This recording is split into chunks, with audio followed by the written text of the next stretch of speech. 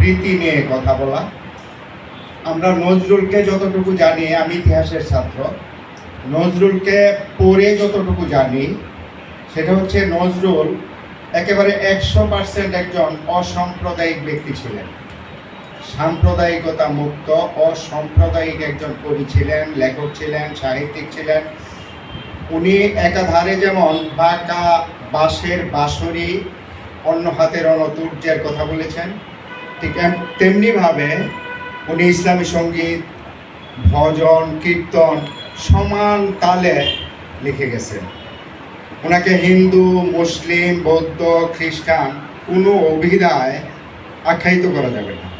বরং আমি ব্যক্তিগতভাবে যেটা মনে করি, নজরুলকে বিদ্রোহী কবি বলে তার কবি সত্তাকে কিন্তু খাটো করা হয় আমার দৃষ্টিতে। কারণ উনি সাহিত্যের এমন কোনো ক্ষেত্র নাই যে ক্ষেত্রটাতে উনি বিচরণ করেন নাই।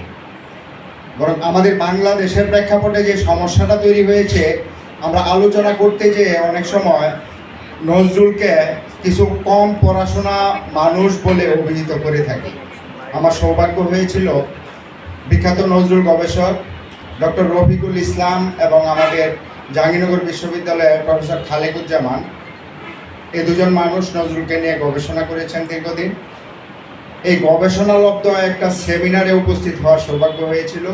ওখানে নজরুল কত বড় জ্ঞানী লোক ছিলেন এবং কত বড় শিক্ষিত লোক ছিলেন, এটা একটা ছোট্ট গল্প এখানে বলেছিল। আমি গল্পটা বলে শুরু করছি।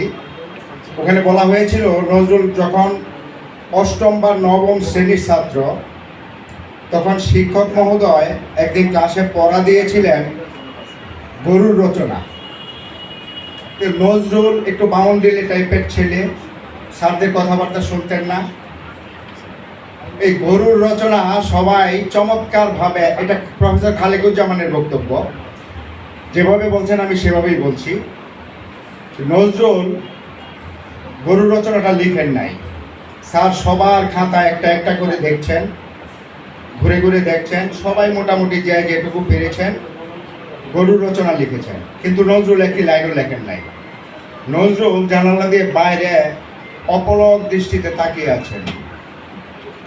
শিক্ষক মহোদয় নজরুলের কাছে যে ওনাকে জিজ্ঞেস করলেন, এই তুমি লেখো নাই কেন? উনি কথা শুনতেছে না, উনি বাইরে তাকিয়ে আছেন।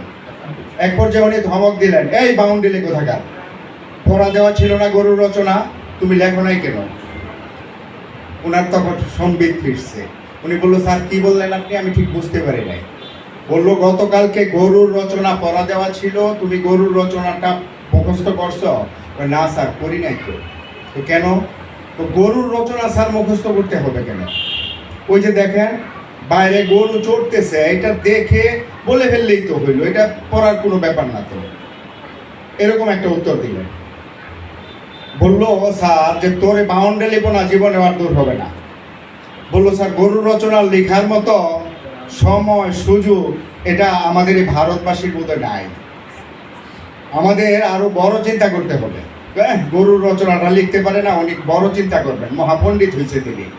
না স্যার, পণ্ডিত তো স্যার আপনারা, আমরা তো হইলাম আপনাদের ছাত্র। সে বলল, স্যার আমি বরং অন্য কিছু একটা লিখে দেই। তো তুই কি লিখবি? তো দেখছেন স্যার আকাশে এটা কি উঠতেছে? এটা তো শকুন উঠতেছে। তো স্যার আমি শকুন সম্পর্কে লিখি। লেখতো দেখি, কত পণ্ডিত হয়েছিস তুই।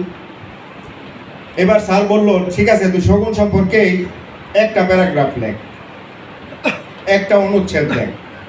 নজরুল বলতেছে, স্যার বাংলায় লিখবো না ইংরেজিতে লিখবো? হয় রে পণ্ডিতের বাচ্চা, বাংলায় লিখতে পারো না, তুমি ইংরেজিতে লেখবা? স্যার একটু চেষ্টা করি। তো তুই যা পারস কর। মানে স্যার বিরক্ত হয়ে গেছে।